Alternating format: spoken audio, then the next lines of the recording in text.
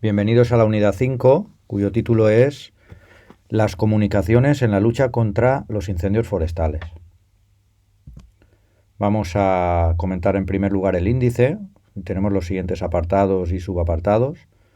El primer apartado nos hablará sobre la red de comunicaciones para la lucha contra incendios.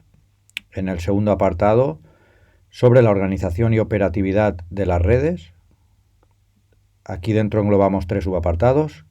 En el primero de ellos hablaríamos de las modalidades de transmisión, seguidamente la organización de las redes y por último la operatividad de la red. En el apartado tercero del índice hablaremos de los equipos de transmisión, qué tipos hay, sus componentes y manejo, y dentro de este apartado pues de los tipos de equipos, componentes y manejo de equipo, como he comentado anteriormente. El cuarto apartado que podemos visualizar aquí en el índice trata sobre la emisión y recepción de mensajes. Aquí hablaremos del proceso de comunicación, de la sistemática de la comunicación y de la disciplina en la transmisión de mensajes. Seguidamente el siguiente apartado es el protocolo o disciplina de actuación ante la detección de un incendio forestal. Aquí hablaremos de distintas fases, de la fase de detección, de movilización de los medios y la fase de extinción, y también del protocolo de comunicación con los medios aéreos. En el apartado 6 hablaremos de indicativos y códigos de transmisión y la interpretación. También hablaremos del sistema TETRA y su funcionamiento. Y por último, la legislación medioambiental y específica de telecomunicaciones y bueno, en su apartado legislación medioambiental. No aparece en este índice el sistema de comunicación o la red de comunicación actual, ¿vale? Que la red Comdes. En el primer apartado de esta unidad, como dije anteriormente, vamos a hablar de la red de comunicaciones para la lucha contra incendios forestales. ¿Cuáles son los objetivos de esta red de comunicaciones? Pues transmitir las novedades o alertas, todo relacionado en vigilancia y detección de incendios, transmitir evidentemente la información necesaria en las labores de la extinción y asegurar que haya una buena comunicación, ¿vale? Respecto a las comunicaciones, decir que se realizan mediante un sistema de radiocomunicación mediante el cual se emiten ondas electromagnéticas, y las características de este sistema de radiocomunicación son las siguientes. La información se transmite de forma inmediata, a la velocidad de la luz. Existen obstáculos entre emisor y receptor que pueden provocar una dificultad en la comunicación, y menor potencia al aumentar la distancia, ¿no? Por tanto, se oye peor el mensaje. En el segundo apartado, cuyo título es Organización y operatividad de las redes, comentar que la radiocomunicación es la transmisión de la información a través de ondas electromagnéticas, las cuales se propagan en el espacio sin necesidad de cables, hilos o cualquier otro soporte. Tienen las siguientes características. Aquí hablamos de dos de ellas. Es la frecuencia, que se mide en hercios, que es el número de oscilaciones o ciclos por segundo. Podemos hablar de varias unidades. En este caso nombramos 3, el kilohercio, que sería 10 elevado a 3 hercios, el megahercio sería 10 elevado a 6 hercios, y el gigahercio, que equivale a 10 elevado a 9 hercios. La segunda característica es la longitud de onda, y se mide en metros, y es inversamente proporcional a la frecuencia de la onda. Como podemos ver en la imagen inferior, cuya fórmula podemos ver que la frecuencia es igual a la velocidad de la onda, y es inversamente proporcional, es decir, dividido por la longitud de onda en metros. Podemos ver en la siguiente diapositiva un espectro de frecuencias, donde en la primera columna observamos los números de banda, en la segunda columna las frecuencias y su denominación en la tercera columna. Por ejemplo, vamos a hablar del número de banda 9, por poner un ejemplo que vamos a nombrar, o la banda 8, que la banda 8 está en torno a los 30 y 300 MHz, y la banda 9, por ejemplo, está en torno a 300 y 3000 MHz. ¿Vale? Ahí hablaríamos de la VHF y de la UHF, las bandas 8 y 9.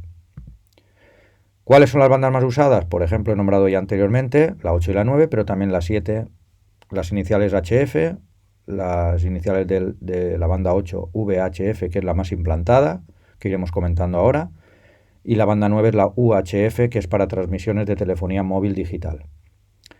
Como hemos dicho, la más implantada es la banda 8 VHF, ¿Y qué ventajas tiene? Pues que los mensajes son claros y hay una buena continuidad en los enlaces. Los equipos son más reducidos, tienen menos peso y las antenas son más cortas. En cambio tiene también desventajas porque tiene un alcance limitado y existen áreas ciegas, ¿no? Debidas al relieve, la orografía, etc.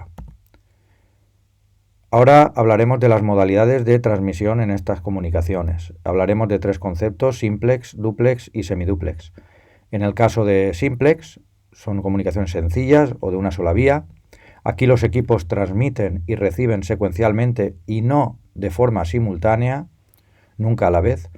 Los equipos tienen un enlace directo entre sí y no hay repetidores. Aquí no existe un repetidor. Mientras uno emite, el otro está recibiendo. No es simultáneo. En cambio, en la modalidad duplex, dobles o de 2 vías, los equipos emiten y reciben a la vez, simultáneamente, por ejemplo, el teléfono.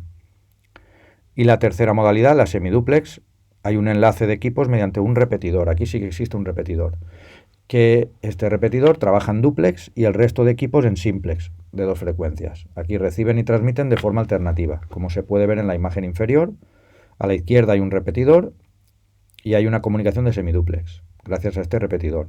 En cambio, a la derecha podemos observar una comunicación en simplex entre 2 dispositivos, que nunca es a la vez, no simultánea. ¿Cómo se organizan las redes? Pues se organizan a nivel provincial y siempre existe una estación base en cada provincia. Podemos hablar de estación base, estación principal, centro de coordinación, centro de operaciones, etc. Podemos denominarlo de cualquiera de estas maneras. Vemos aquí una imagen de la estación base y está rodeada de varios repetidores. Cada red puede estar dividida en diferentes mallas, en las que operen otros centros de coordinación, dependientes del principal, etc. Se usa la banda baja, VHF, como he comentado, y aquí tenemos frecuencia FM y frecuencia AM. La frecuencia FM se utiliza para tierra-tierra, comunicación tierra-tierra, y para tierra-aire usamos la frecuencia AM. Son redes abiertas, es decir, todos interactúan con todos, sin llamadas selectivas y sin protección contra usuarios que no estén autorizados. Hay comunidades autónomas que sí que incorporan estas funciones, como por ejemplo es el sistema TETRA, que comentaremos posteriormente. Respecto a la operatividad de esta red, hay uno o varios canales. El canal, decir que es la posición del dial del selector de la emisora en el que se instalan las frecuencias a la hora de emitir y de recibir. Este canal lo que hace es transmitir un mensaje a través de una onda con la frecuencia que se le ha asignado. Esta frecuencia es la frecuencia de emisión y solo escuchará y recibirá mensajes de la misma frecuencia. De otras frecuencias no.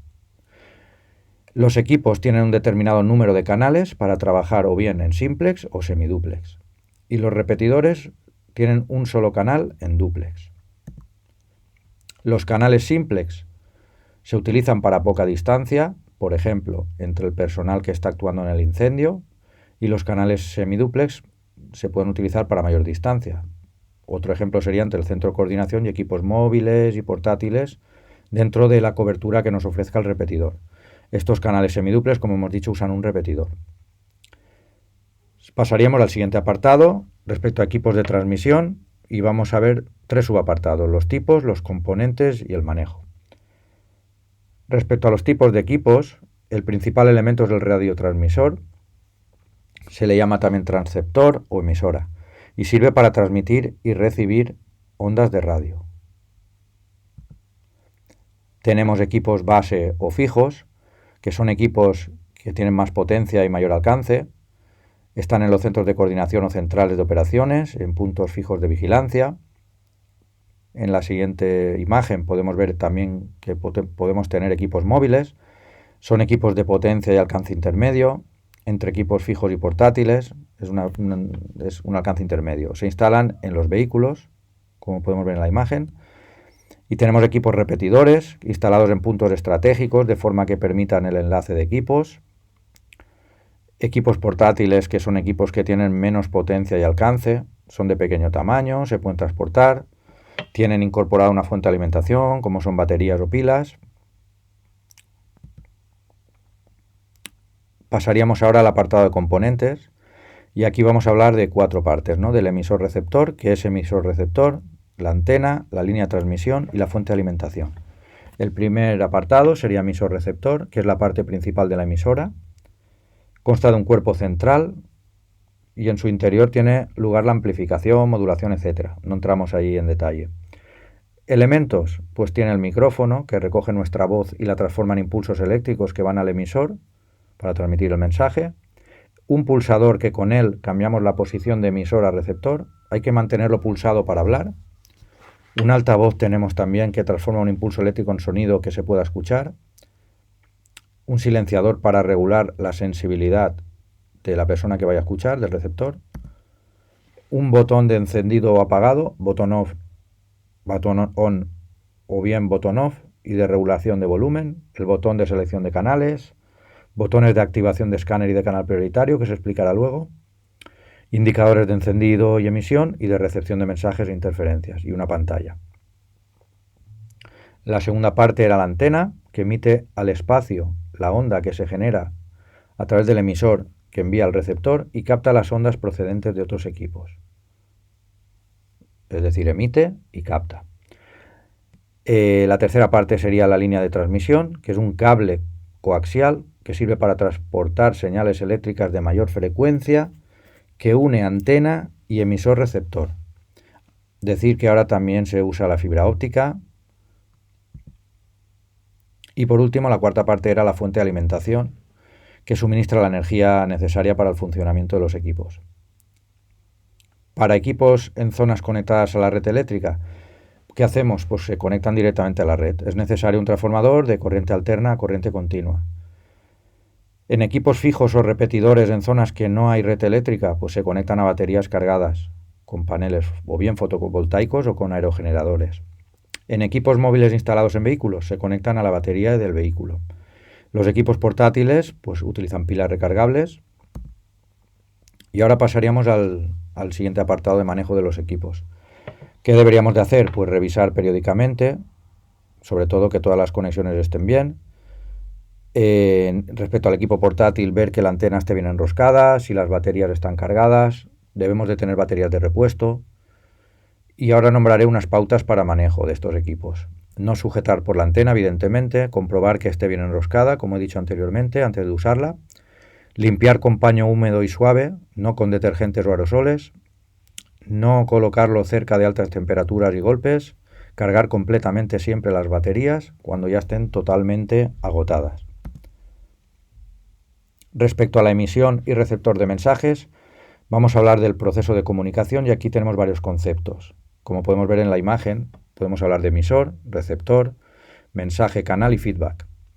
El emisor es la persona que transmite la información a una persona o a varios, o a varias, ¿no? A varios receptores. El mensaje es la información que se transmite. El receptor es la persona o personas que recibe o reciben la información. El canal es el sentido o sentidos a través de los que se produce la comunicación, por ejemplo, por la vista, por el oído, etc. Y el feedback es la información que nos vuelve, ¿no? El de retorno, producida por el receptor del mensaje inicial. Aquí nombraremos ahora los pasos para poner en funcionamiento un equipo radiotransmisor. Primero, colocar el mando de encendido apagado en la posición de encendido. Elegimos el canal con el selector de canales. Activamos el botón de prioritario o escáner si es necesario y regulamos el volumen de audición. Para transmitir un mensaje, una vez cumplidos estos 4 pasos, apretaríamos el botón del micrófono, acercamos el micrófono a la boca, pulsamos el pulsador de comunicación antes de hablar y soltarlo cuando hemos terminado de hablar, cuando hemos emitido ya nuestro mensaje. Es recomendable esperar unos segundos antes de hablar, desde que se pulsa el botón, para evitar que se corten las primeras palabras y no se entiendan. Decir que todos los sistemas de comunicación están regulados por normativa, ya sea para uso profesional, como los cuerpos de seguridad, por ejemplo, o a nivel particular, en el caso de radioaficionados. Para transmitir un mensaje, tenemos el canal prioritario, que es el canal programado para trabajar en el equipo, y coincide con el canal prioritario del centro de coordinación. El escáner sirve para rastrear una serie de canales previamente programados, y el canal inverso, como su nombre indica, invierte las frecuencias en las que un equipo recibe y transmite en el canal directo. Es útil cuando un equipo pierde su enlace con un repetidor, pero mantiene cobertura con otro equipo. Ahora pasaríamos al siguiente apartado, es sistemática de la comunicación. Esta comunicación debe ser lo más breve posible, ocupando el canal siempre lo estrictamente necesario, el tiempo mínimo. Los mensajes deben ser claros, concretos y lo más cortos posibles. Como vemos, la regla de las 3 Cs, claros, concretos y cortos. Evitar repetir cosas y demasiados adjetivos y siempre con buenos modales y evitar discusiones. Si es posible, evitar intermediarios en las comunicaciones. Evitar el uso telefónico de estos equipos, solo cuando el canal esté libre. No interrumpir una comunicación ya iniciada. Para contestar, esperar a que el emisor termine su mensaje. Y respetar, por supuesto, la jerarquía de las comunicaciones. Respecto a la disciplina, a la hora de transmitir los mensajes, debe haber un protocolo que se debe establecer previamente y un código lingüístico que debe conocer todos los usuarios. Por ejemplo, aquí tenemos adelante, lo decimos para iniciar una comunicación. Por ejemplo, adelante en la base de Montalvo con la central de coordinación, por ejemplo. Decimos la palabra cambio para indicar que el mensaje ha terminado. También decimos afirmativo o negativo para indicar sí o no. Podemos decir recibido o copiado para indicar que el mensaje se ha recibido correctamente. Y la palabra corto para finalizar una transmisión. Respecto al protocolo o disciplina de actuación ante una detección de un incendio forestal, vamos a pasar por las siguientes fases, ¿no? En la fase de detección es aquella, como sabemos, en la que se tiene conocimiento del incendio y se transmite toda la información necesaria para movilizar los medios. Hay dos formas de realizarlo. La primera es por un elemento propio del sistema de lucha contra incendios, por ejemplo, que esta comunicación la realiza un punto fijo de vigilancia, como son las torres o casetas de vigilancia, un elemento móvil terrestre o aéreo, por ejemplo, equipo de vigilancia móvil, agentes forestales, brigadas de extinción, etcétera, o un punto de detección automatizada como las cámaras de infrarrojos que se comentaron en una unidad anterior. O la segunda forma de realizarlo es por un elemento ajeno al sistema de la lucha contra incendios, por ejemplo, una persona, un particular. El sistema de comunicaciones en esta fase de detección del incendio debe garantizar que la comunicación sea clara y nítida y que llegue a la persona o al órgano responsable de movilizar los medios, y que los equipos e instalaciones estén en buen estado, permitiendo los enlaces. Ahora pasaríamos a la fase siguiente, una vez detectado el incendio, que sería la fase de movilización de los medios. En el caso de incendios peligrosos o grandes, se va a sectorizar el mismo, el incendio. Se crearán otros equipos de extinción constituidos por diferentes secciones, por ejemplo, la sección de planificación, la de operaciones, la de logística, etc. Y en estas secciones la comunicación será verticalmente y horizontalmente. Verticalmente, entre la persona que dirige la extinción hacia responsables de sección y estos responsables de sección hacia otras unidades de trabajo. Como se puede ver en la imagen inferior, ¿vale? Tenemos el director de extinción, se dirige verticalmente al centro de transmisiones, sería un ejemplo. Esta comunicación también puede ser horizontal, pero siempre entre los distintos medios de cada sección, ¿vale? Por ejemplo, brigadas, motobombas, etc. Estas comunicaciones deben garantizar el orden de prioridad de redes y subredes, la identificación de cada unidad, la confirmación de que han recibido la orden de movilización todas las unidades, la transmisión de la información que sea la relevante a la persona responsable de esa movilización y el funcionamiento de canales simples para todos los distintos sectores en la fase de combate del incendio. Pasaríamos a la siguiente fase, que ya es la propiamente de extinción del incendio. Aquí se garantizará el funcionamiento del dispositivo organizado en la fase anterior, en la de movilización. Si intervienen unidades externas al dispositivo, por ejemplo, unidades militares, medios de otras administraciones, etc., las comunicaciones se gestionarán a través de un centro de transmisiones que integre todas las redes. Respecto al protocolo de comunicación con medios aéreos, decir que será a través de la banda baja VHF y de una amplitud AM, frecuencia AM. En el uso de equipos fijos, estos se utilizarán en centros de coordinación, puntos fijos de vigilancia y bases de medios aéreos, y los portátiles se utilizan en medios de tierra y personas encargadas de la dirección de extinción. Esta comunicación se establecerá en el momento de llegar los medios aéreos al incendio. Desde tierra se informará sobre la situación del incendio, las condiciones meteorológicas, puntos de carga, etc.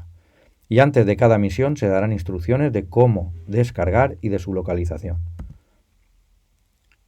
Para localizar la zona de descarga se indicará si se va a realizar en los flancos, cabeza o cola del incendio, el punto cardinal de la zona concreta, por ejemplo, hacia el flanco derecho-sur, la dirección, si va, por ejemplo, de cola a cabeza o al revés, y otras formas de señalizarla, por ejemplo, serían señalar algún accidente del terreno o infraestructura visible, por ejemplo, a 50 metros norte de un cruce de carreteras. Otra forma, la posición horaria de la zona respecto a la trayectoria del medio aéreo. Por ejemplo, marca a las 12 de un reloj, ¿no? Que marca, por ejemplo, sería 50 metros del cruce de carreteras a sus 3, o mediante coordenadas para localizar personas o puntos de agua. Finalizada la misión, la persona encargada de la extinción indicará a la aeronave si ha sido efectiva o defectuosa y las observaciones que considere. Desde tierra o desde el centro de coordinación es habitual solicitar información sobre el desarrollo del incendio a los medios aéreos, y el director de extinción comunicará la retirada cuando corresponda. El siguiente apartado es importante, ya que hay indicativos y códigos de transmisión y debe saber interpretarse bien. Aquí utilizaremos códigos alfanuméricos para designar situaciones o casos y un alfabeto de deletreo y numeral. Vamos a nombrarlo a continuación. Utilizaremos el alfabeto radiofónico y el alfabeto fonético de la Organización Internacional de Aviación Civil. Por ejemplo, la letra A, el código es alfa, la letra B sería Bravo y la C Charlie, por poner 3 ejemplos. Para transmitir un número, vamos a ver un ejemplo, hay que citar siempre todas las cifras. Por ejemplo, el 56 sería 5, 6 o 56. El 700 sería 700 o 700. 12,3 se diría de la siguiente manera, 1, 2, decimal, 3. Para comunicar una fecha, el día se comunica con número de 2 cifras, el mes con las 3 primeras letras del mes y el año con las 2 últimas cifras. Por ejemplo, el 3 de febrero del 2015 sería 03, Foxtrot, Eco, Bravo, 15. A continuación hablaremos del sistema Tetra, donde podemos ver un equipo Tetra instalado en un vehículo en la imagen inferior. Comentar que es un nuevo sistema digital introducido en los años 90 por la Comisión Europea y el Instituto Europeo de Normas de Telecomunicaciones. Tetra significa Terrestrial Truncate Radio, basado en asignación de canales, una asignación de canales dinámica, y es usado en todo el mundo en campos de seguridad pública y emergencias. Posee ventajas, ya que puede utilizar varios canales tanto para transmitir voz como datos, y utiliza más eficazmente las frecuencias disponibles. Puede usar hasta 4 canales. Los sistemas convencionales, comentar que solo usaban un canal. Otra ventaja es el acceso instantáneo a la red y transmisión de datos inalámbricos, con protocolo Internet IP. Incorpora servicios como geolocalización, envío de datos, fotos, consultas, conexión a bases de datos remota, etc. Permite trabajar en tiempo real, comunicaciones más seguras, garantiza comunicaciones cuando, por ejemplo, la telefonía móvil se colapsa, permite llamadas grupales e individuales, es una red donde los equipos pueden comunicarse entre sí y también se puede interconectar sistemas de radio convencional u otro sistema. Y el funcionamiento sería el siguiente de la red Tetra. Es un equipamiento similar a la red convencional, es decir, tenemos estaciones fijas, móviles y portátiles, cobertura igual que el sistema convencional, aunque de forma digital. Las redes se dividen en grupos cerrados que denominaremos flotas, donde solo acceden terminales que estén registrados. El usuario puede comunicarse con los grupos o terminales individuales que le hayan sido asignados, y hay 3 tipos de comunicaciones, semiduplex, duplex y simplex, que se han comentado anteriormente. El procedimiento de comunicación sería el siguiente. Los terminales rastrean y se quedan con la estación base de mejor señal. Cada estación base tiene un canal de control que identifica los terminales que tiene a su alcance y da acceso solamente a los registrados en la red. El terminal envía una señal a la estación y ésta, tras comprobar su autentificación, le otorgará un canal. El usuario recibe una señal indicando que puede iniciar la comunicación y si no se lleva a cabo en un tiempo determinado, el sistema cierra automáticamente ese canal. Pasaríamos a las comunicaciones en modo directo, que es entre terminales fuera de la red y que estén programados para un grupo o grupos determinados. Tiene las limitaciones de potencia de emisión, obstáculos entre los usuarios y tipo y ubicación de la antena. Para evitar estas limitaciones que he comentado, se instala un terminal con función de repetidor en un vehículo para actuar de enlace entre los usuarios. El repeater y gateway serían los siguientes conceptos. El repeater si este enlace es también en modo directo y el gateway si el enlace se produce con la red. Otras funcionalidades del sistema Tetra es que se pueden bloquear llamadas, ocultar el usuario, establecer una prioridad de llamadas, una entrada tardía a algún usuario en una comunicación que ya estaba iniciada, crear grupos dinámicos, desvío llamadas, etc. Por último, hablaremos de la legislación medioambiental y específica de telecomunicaciones. Comentar que el artículo 149.1.21 de la Constitución española otorga al Estado la competencia exclusiva en materia de telecomunicaciones y radiocomunicaciones. Tenemos normas como la Ley 9/2014 de 9 de mayo de telecomunicaciones, el Real Decreto 863/2008 de 23 de mayo, donde se aprueba el Reglamento de Desarrollo de la Ley 32/2003 de 3 de noviembre general de telecomunicaciones en lo relativo al uso del dominio público radioeléctrico. Y respecto a la legislación medioambiental, el artículo 45 de la Constitución española otorga la competencia exclusiva a las comunidades autónomas para dictar normas de protección del medio ambiente y el paisaje. Podemos tener tres tipos de situaciones. La primera, que en la legislación no se haga referencia a estas actividades. En la segunda, sí se haga referencia y se exige que la actividad sea sometida a evaluación, y que en la tercera se excluya el someter la actividad a cualquier evaluación. Por último, como he comentado al principio de la explicación de esta unidad, en el índice no aparecía, pero tenemos la red de comunicación actual, es la red Comdes. Podemos localizarla en la web comdes.gva.es. Veríamos esta imagen que tenemos aquí proyectada. Y ahí pues podemos ver que la red Comdes es la red de comunicaciones móviles, digitales, de emergencias y seguridad de la Comunidad Valenciana, en nuestro caso. La infraestructura de telecomunicaciones que ofrece la Generalitat a todas las organizaciones y flotas que prestan servicios de prevención, rescate, emergencias y seguridad en nuestra comunidad. Para ello cuenta con 174 estaciones base en todo el territorio y permite más de 1.270 comunicaciones de voz y datos simultáneamente.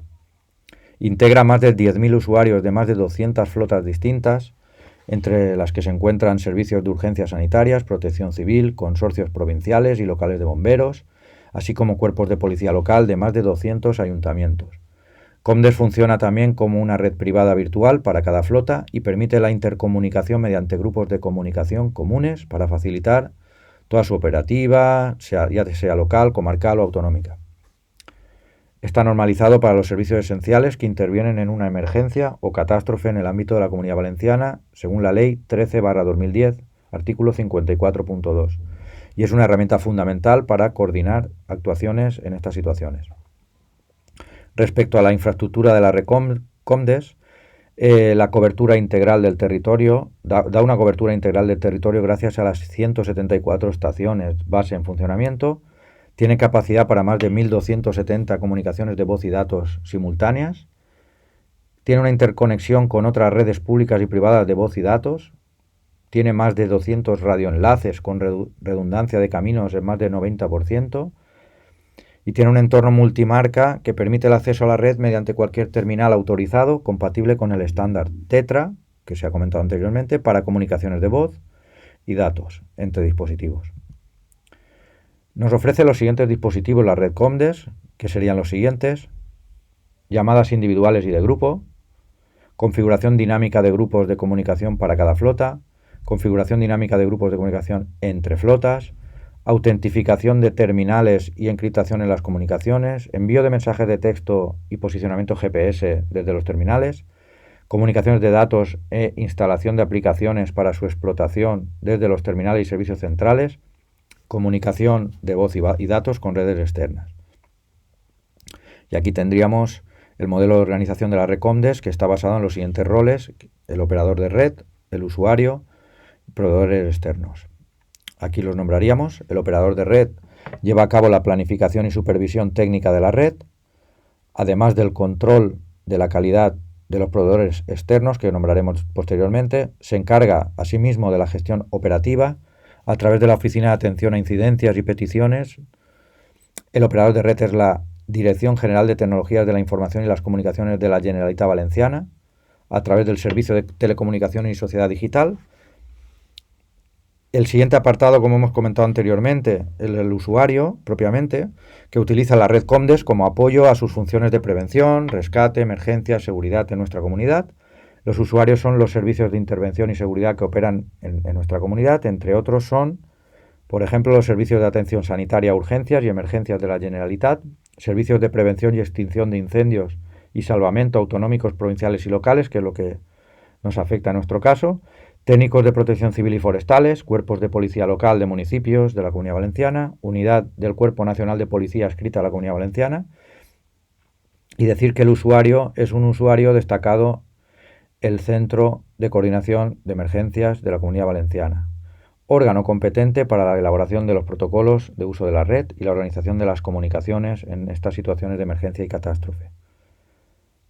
Y por último, respecto a los proveedores externos, decir que nos ofrecen servicios de mantenimiento de esta red Comdes, sus terminales y otro tipo de equipamiento y aplicaciones integradas en dicha red. Los proveedores externos son empresas contratadas por el operador de red y empresas contratadas por los usuarios. Y hasta aquí sería la explicación de esta unidad. Para cualquier duda nos vemos en la siguiente clase. Un saludo.